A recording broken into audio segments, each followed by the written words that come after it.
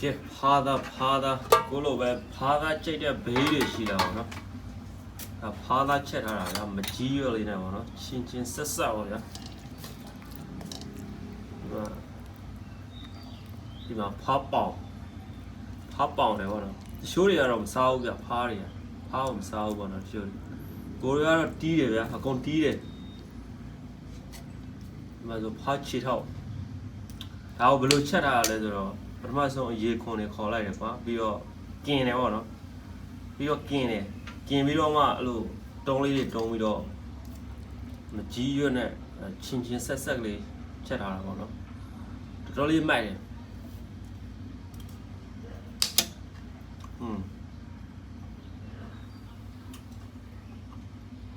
ရှိုးရဖားသားမစားဘူးကိုရီးယားတော့အကုန်တီးတယ်ကွာယောက်ျားဆိုတာအကုန်တီးရမှာလေဟုတ်တယ်မလားနော်ဒါပေမဲ့အမြဲတော့မစားဖြစ်ဘူးပါကွာတစ်နေ့ကို3-4 ခါလောက်ပါပဲဈေးကြီးရလည်းပါတာပေါ့နော်ထိုင်းမှာဖားကတော်တော်လေးဈေးကြီးရမြန်မာနိုင်ငံမှာဆိုလည်းအမြဲတမ်းတော့မစားဘူးပေါ့ကွာကိုနေဘက်တွေမှာဒီသူရာသီနဲ့မှစားရတာလေ